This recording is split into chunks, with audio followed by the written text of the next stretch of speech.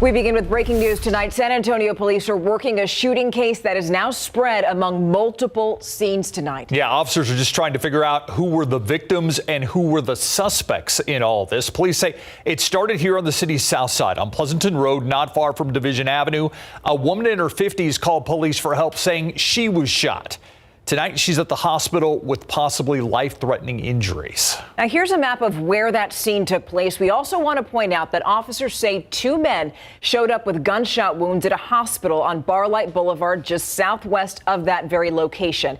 Investigators say that those guys claimed that they were robbed and shot. And there is also a third scene in all of this. Police say that a man drove himself to an H-E-B that's not too far from that first shooting scene on Pleasanton. Now take a look at the scene at that H-E-B near Nogalitos and Lubbock Street. Police say that a man who had been shot drove himself right there before calling police. He was also taken to the hospital. So if you're keeping count here, in total, 4 people were shot with 3 shooting scenes now under investigation. Police are still trying to sort out all of these details. Of course, as soon as we get more information on this, we will keep you updated. Now to our big story, Broadway and bike lanes. The city had it all planned out, but the state apparently has a problem with that idea. And now TxDOT wants to keep control of that stretch of roadway instead of handing it over to the city as it originally planned. The Night Team's John Paul Barajas spoke with businesses on Broadway about all of these change in plans. John Paul? Steve, Stephania, well, the plans of narrowing this traffic lanes for a bigger sidewalk and protected bike lanes on a section of Broadway stretching from I-35 to Burr Road had been in motion since 2014, and even in 2017, San Antonio voters approved the ideas, but now all that could change. The goal is to have it look something like this. Plants in a median would divide drivers from bikers and bikers from those walking. But now TxDOT is looking to put a stop to it. Go through with the plans that are going to be beneficial to the commoners. Coming into work each day, there's no parking. You have to pay for parking nearby. It would be much easier if we were able to just cycle in. For those who work and live in the area, they're in favor of the city's vision. The plan was to get this entire stretch of Broadway from TxDOT to the city, but it was never finalized. And now TxDOT argues the city would create more congestion on roadways by turning what is currently 3 lanes of traffic into 2 with a protected bike lane. We reached out to business owners in the area to hear their thoughts. There's no question that more people are coming into my restaurant by driving than biking. There is a lot of traffic there. I don't think it's a good idea to restrict the traffic. Owner of Good Time Charlie's, Millard Stetler, added he also has concerns with more construction in the area being bad for business, something owner of Cheesy Jane's, Tirso Sig, agreed with. But Siggs, on the other hand, thinks the city's project would be worth it. Benefits of having more traffic, walking and biking and things like that, it gives me a different opportunity in which I could target different target market. The potential of losing out on years of planning, preparation, and work already done is something Mayor Ron Nirenberg called mind-boggling. Why have we been collaborating for the last 6 years and spending money and time on this project, and all of a sudden they want to totally reverse it? Now, the Texas Transportation Commission is set to vote on whether they're going to finalize the transfer or cancel it tomorrow at 10 a.m. Mayor Ron Nirenberg is hoping they push back that vote so they can discuss and try to come to some agreement. But as of right now, everything's going as scheduled. John Paul Barajas, KSAT 12 News.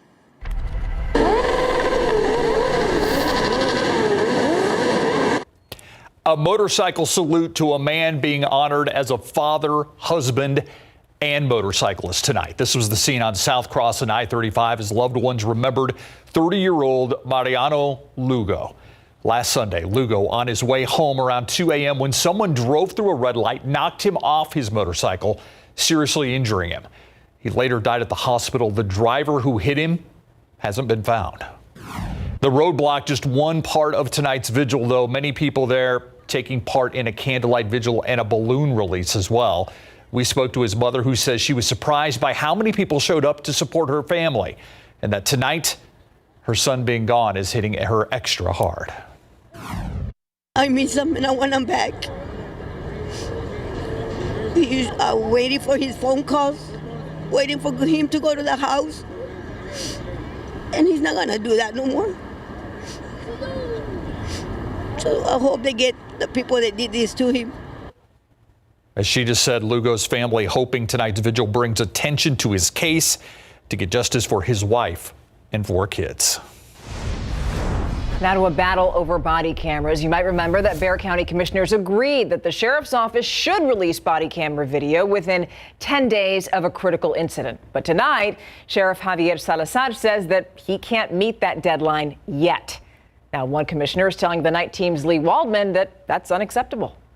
Bexar County Sheriff Javier Salazar telling commissioners he needs more time when it comes to implementing a new policy of releasing body camera video after a critical incident. In a letter, he says 30 days is more acceptable for the time being until they're able to get the timing down. We've got to be realistic. Sheriff Salazar not mincing words when talking about why he feels the 10-day deadline was imposed. That was done capriciously and out of malice by one county commissioner who's no longer on the court. Tommy Calvert, commissioner for Precinct 4, says there's no reason BCSO shouldn't meet the deadline. They already have funding. We are paying $1 million a year for the licensing of the software. The sheriff had asked commissioners for additional funding for an upgrade to the body camera software. They said no because the contract, after 3 years, the company is supposed to give you updates. I would think for $3 million you would have earned an update to your software. Secondly, Calvert says they're not asking for body camera video of everything, just critical incidents like in the case of Damian Daniels. Deputies shot and killed the combat veteran in 2020. Video was released more than a year later. A timeline that did not sit well with Damian's family. People would have got to see the truth in a timely manner. We need him to comply with the 10-day release so that way he won't produce a false narrative. Act 4 SA's Ananda Thomas agrees. It saves families a lot of heartache and questions. She thinks the sheriff needs to try before he says he can't meet the 10-day deadline. Absolutely refusing to do it to begin with, to even attempts to show good faith on his side, on Bexar County Sheriff's side. Sheriff Salazar made it a point to say that commissioners don't set policy, the sheriff does, but they do hold the purse strings. Now, the sheriff does plan to bring up this issue as a line item in front of Commissioners Court on February 8th to explain how he plans to work towards that 10-day release deadline. Live outside the Bexar County Sheriff's Office, Lee Waldman, KSAT 12 News. Of course, we'll continue to follow it. Thank you, Lee. Well, new tonight, the man accused of killing a Houston area deputy caught across the border. 51-year-old Oscar Rosales, first arrested in Mexico just across the border from Del Rio. The U.S. Marshals Service says they found Rosales in Acuña, Mexico. He was arrested just this morning. Investigators say Harris County Precinct 5 Corporal Charles Galloway pulled over a vehicle just after midnight on Sunday. Police accuse Rosales of killing Galloway. Rosales will face a capital murder charge in Houston. Now here at home, a mother beaten, bruised, and stabbed. And police say that her 2 sons did it. Officers found the mother in a second-floor unit at the Castle Ridge Apartments. That's on the city's far west side near West Military Drive in Castle Ridge. They rushed the woman to the hospital in critical condition. Police also took her 12 and 16-year-old boys into custody. At this point, they're still looking for a motive. Now, switching gears, let's take a look at the pandemic in Bexar County. More than 1,300 people are in the hospital here. 270 are in the intensive care unit and 129 are on ventilators to help them breathe. Leaders also confirming that 10 more people have died from COVID. Now, those numbers are exactly why Metro Health wants more people to get vaccinated and boosted. So as an incentive, it's offering people $100 gift cards to H-E-B, and they have 3,000 of those cards left. And if you can get one if you visit a city clinic for a second dose of Pfizer or Moderna's vaccines, or if you just get the 1-dose Johnson & Johnson vaccine. If you need a list of vaccine sites, just scan that QR code that you see to the right of your screen. The San Antonio City Council members now have a better idea about how they want to spend the rest of a COVID-19 stimulus package. The federal funds originally totaled $326.9 million. That money's being used for several programs to help in the response to the pandemic. And now there is still a little more than $199 million left. So what are they going to do with it? Well, City Council presented with several ideas to use that money from the American Rescue Plan Act, ARPA. It ranges from infrastructure, emergency housing, community programs, as well as the response to the pandemic. City Council will meet again next Thursday before they vote.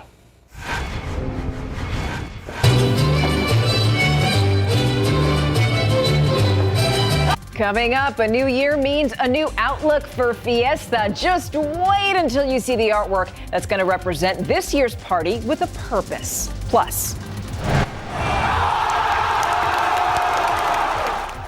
getting to the big screen, these avid gamers don't just play for fun, they also play to win big. We're going to take a look at how San Antonio jumping on the trend of esports. and a man who needs a heart transplant says that one thing is standing in his way: his vaccination status.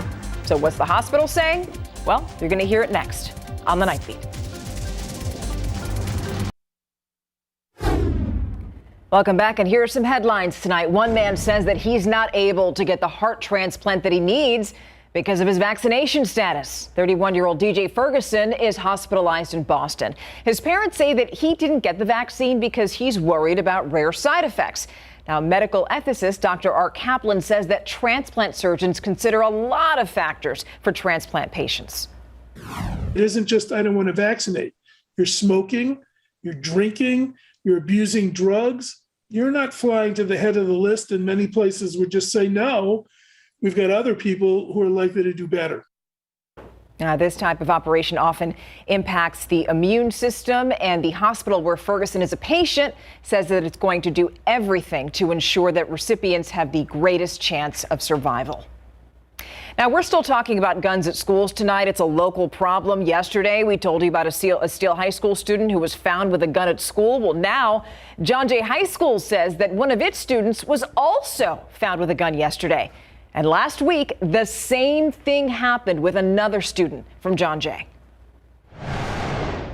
Also tonight, another shakeup for the U.S. Supreme Court. Justice Stephen Breyer is set to retire. President Joe Biden is going to nominate someone to fill that seat. Breyer's 83 years old. He has criticized the death penalty and defended abortion rights.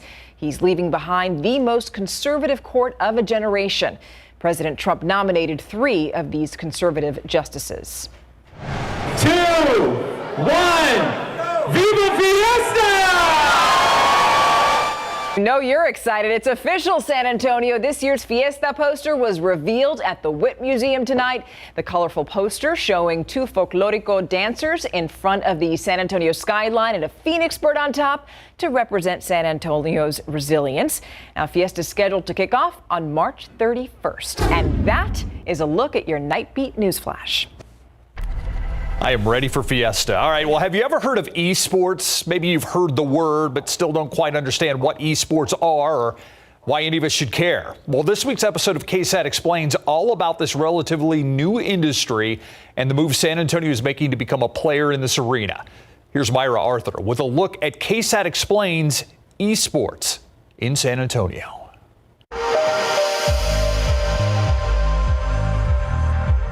Personally, when I was young, my parents didn't like me playing video games. And I told my parents, this could get me somewhere. That somewhere could turn out to be lucrative. The realm of esports is still new, but the top players are already getting big name endorsements and even bigger cash prizes. High schools are launching esports programs. Universities are beginning to offer scholarships. Cash prize is up for grabs, and that's a pretty big incentive. And companies are actively scouting esports athletes for jobs in the tech field. San Antonio is in on this new trend. This year, a new esports arena is set to open up on the campus of Port San Antonio.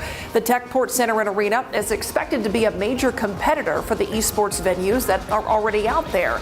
But Port SA says this is not just about gaming. It's about building a new generation of talent. This is what the Techport Center and Arena will look like when it's completed later this year. A 3,300-seat arena, a food hall, an eSport gaming center, the first one built in the United States from the ground up, a tech transfer area, and the Samset Museum. It can be used for other large events as well, with the goal of spurring economic growth. To foster our local community and give them a place where they can gather and create their own events and build them specifically for our city. Besides the economic impact of tournaments and events, there is another reason that Port SA decided to invest: talent. If you look at our aerospace customers, robotics, cybersecurity, even the military missions, they are all looking at esports and gaming as a new area to find, recruit, retain talent. The TechPort represents something else for Director of Land Gaming and Esports, Sam Elizondo. He grew up in the San Antonio area and sees the center and arena as an opportunity for kids. Just gives me hope in a time where there may not be as much all the time, especially for our youth.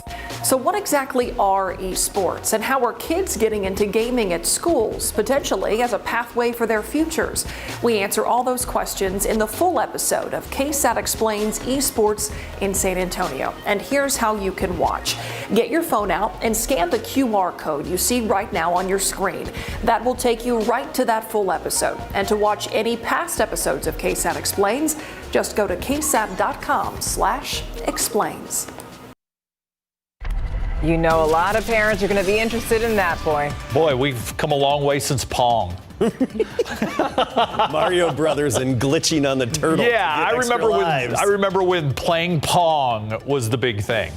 I'm dating myself. Very much so, Steve. You know, very much. What can I say? All right, it is gray.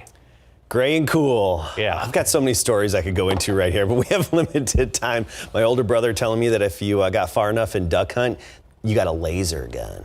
I scratched the TV by putting that thing right there. Yeah. Duck hunt was fun, though. Never got my laser gun. That was fun, though. Yeah, but I realized, how do you actually get this laser gun? Yeah. Took me a while. Yeah. All right, so 47. Your parents probably really loved you scratching the TV. That was the old one down in the basement. Yeah, the old tube TV, the small, like black and white probably. Yeah. 47 this morning, 56 in the afternoon. And it was a cool day. We had widespread 50s all across our area. Cotulla, an exception at 62, and Beeville made it up to 63. All right, let's take a look at the readings outside right now. We do have a warming trend on the way, but it's going to take a little while to get there. Rio Medina, 51. Stinson, 55. Canyon Lake, Bulverde, Comfort, all at 48. Divine, 52. And for the most part, just a mixture of 40s and 50s all across our area. This is what we're expecting tomorrow morning. Some 30s in the hill country, that's mid to upper 30s. About 42 in San Antonio. Uvalde, Hondo, 41. And by the afternoon, we'll be in the 50s again. So another day mostly spent in the 50s. 50s again on Friday, which is about 10 degrees below average. Then this weekend, sunny, we get into the 60s. And I actually think we'll get into the low 70s early next week by Tuesday and Wednesday. A little bit of snow off to the north of us today, up to 2 inches reported in parts of the Panhandle and now moving through extreme North Texas and parts of Oklahoma right along the Red River there. That disturbance is staying away from us. The next one that's going to hit us will drop in tomorrow night. So considerable cloud cover again tomorrow. Tomorrow night, come 10, 11 p.m., a few sprinkles developing here and there. And then in the pre-dawn hours on Friday, a few hit or miss showers developing. Not impressive coverage, and don't get excited about accumulations. Most of it should be south of Highway 90 with maybe 1/10 of an inch here and there. So cloudy and cool again tomorrow. We do see the sunshine by Friday afternoon with a bit of a breeze. This weekend, cool mornings, low to mid 30s, but beautiful afternoons in the 60s. All right. Thank you, Adam. All right. So the Spurs, did they pull off an upset? They got really close. It just didn't happen. You know what the sad part about it is? They wasted DeJounte Murray's 14th career triple-double, which ties a franchise record because Ja Morant tonight was on 41 points against the Spurs. But this one did come down on the wire. We'll show you what happened here. And are the Giants interested in a trade for Deshaun Watson? They say no. Coming up.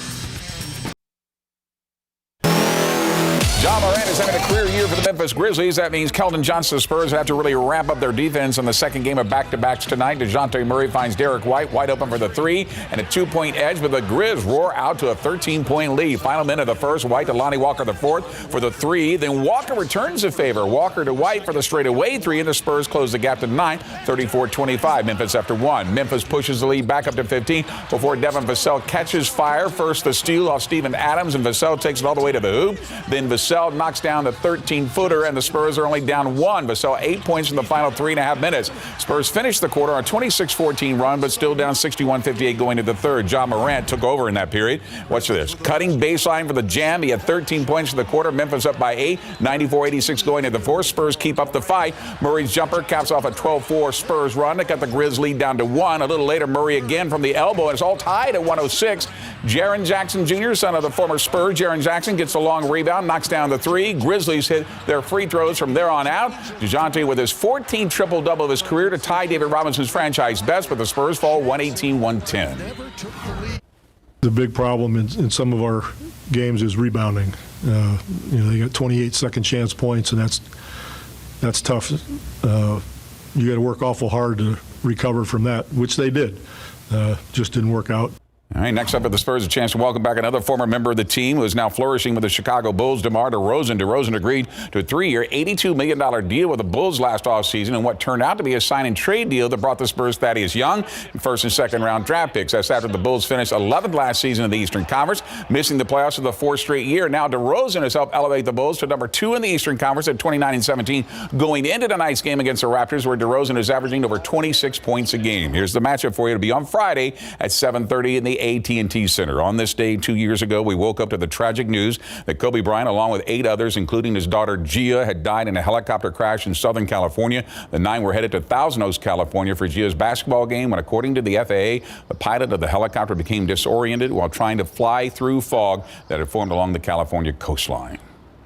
Pro football coverage, powered by Davis Law Firm. There does appear to be any doubt that the Dallas Cowboys will lose Dan Quinn as their defensive coordinator. The only question now is where will he wind up as being a head coach in the NFL. Quinn, who turned the Dallas defense around in 1 year to lead the league in takeaways, is having his second interview with the Chicago Bears today, considered a finalist for the Denver head coaching position as well. Cowboys offensive coordinator Kellen Moore is not expected to receive any head coaching offers and is more likely going to stay in Dallas, as according to Yahoo Sports, even though Moore met with Miami, Jacksonville, Denver, and Minnesota. Saturday, the Cowboys led the league in points per game, yards per game in 2021, but that debacle against San Francisco 49ers in the opening round of the NFL playoffs didn't help his cause. That's where the 49ers outgained the Cowboys, 169 to just 77 yards on the ground, and CeeDee Lamb only 1 reception for 5 yards. The 2 big questions for the Houston Texans this offseason is who will be their next head coach and what are they going to do with the 3rd overall pick in the NFL draft. General Manager Nick Caserio has indicated he is not afraid to trade the number 3 overall pick, but if they keeps it, many NFL experts believe the Texans will use that high pick to select an offensive or defensive lineman, with the Texans leaning towards Michigan's Aiden Hutchinson. That's after it appears the Texans are willing to keep Davis Mills as their starting quarterback, with Deshaun Watson's future in Houston very much in doubt. Speaking of Watson, the New York Giants have no interest in the Texans quarterback. That's according to team co-owner John Mara, who said today that there are many reasons why he wouldn't do that. Cap-wise, the Giants wouldn't afford that acquisition, and more important, the allegations Watson is facing in 22 civil lawsuits. The reason why the subject came up is that Daniel Jones has struggled with injuries and inconsistent play since he was drafted 6th overall in 2016. Holmes High School has a new head football coach. Coming up next. Congratulations to Pete Padilla, who's been named the new head coach of the Holmes Huskies. He returns to the campus where he served as an assistant coach for 4 years before moving to Harlan, where he's the Hawks defensive coordinator. San Antonio's Mario Barrios is moving up to welterweight to face Keith Thurman on February the 5th in Las Vegas. The Premier Boxing Champions fight will be on pay-per-view. We caught up with El Azteca and wanted to know why he decided to fight such a popular fighter in this welterweight debut. I'm not scared to step in the ring with anybody, you know. I know that, you know, I've been boxing since I was 6 years old. So, you know, I know I have the boxing IQ, you know. I have the speed, I have the power, you know, I have the intelligence, you know, to compete, you know, with the best in the sport. And that was ultimately the reason why, you know, we took such a dangerous fight. All right, the winner of this fight will likely move up to a title eliminator bout this year, and a chance to win a welterweight championship title. You read more about this on the upcoming fight on instant replay page at ksat.com. Good luck to Mario. Yeah, he's facing a challenge. It is. Yeah, thanks, Greg. We'll be right back. That's it for the Night Beat. GMSA at 4:30 in the morning. Thanks for keeping us company. Have a wonderful night, and hopefully I'll be able to speak tomorrow. Have a wonderful night.